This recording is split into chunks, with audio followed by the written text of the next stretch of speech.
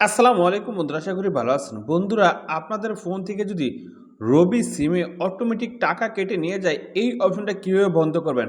অনেক সময় দেখা যায় কি আমাদের ফোনে টাকা থাকে ৳১০০, ৳২০০ বা ৳৩০০, অনেকের আবার ৳১০-২০ থাকে।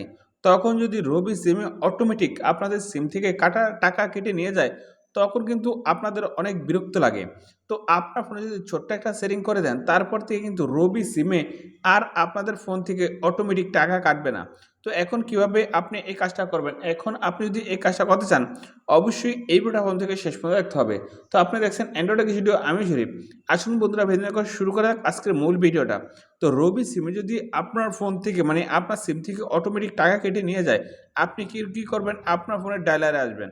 এই ডায়ালারে আসবেন, তারপরে এই কিবোর্ডে আসবেন। কিবোর্ডে আসার পরে আমি যে কোডটা উঠাই সেম কোডটা উঠে আপনি ডায়াল করে দিবেন। যদি আপনার রবি সিম থাকে আপনি কি করবেন এখানে এসে এই যে এখানে দেখেন স্টার, এখানে দেখেন 9, এই যে স্টার 9 এখানে হ্যাশ।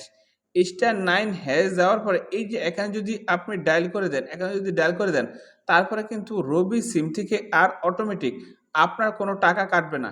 সেই ক্ষেত্রে কিন্তু এই যে এখানে দেখেন বর্তমানে আপনার কোনো সার্ভিস চালু নেই। মানে আমার কোনো সার্ভিস চালু নেই।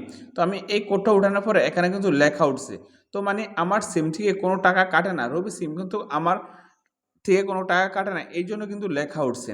তো আপনার যদি অতিরিক্ত কোনো টাকা কেটে নিয়ে যায় আপনার অজান্তে আপনি স্টার 9 হ্যাশ দিয়ে এখানে ডায়াল করে দিলে আর আপনার সিম থেকে টাকা কাটবে না রবি সিম। তো বন্ধুরা, আজকে ভিডিও এই পর্যন্তই। ভালো থাকুন। আল্লাহ হাফেজ।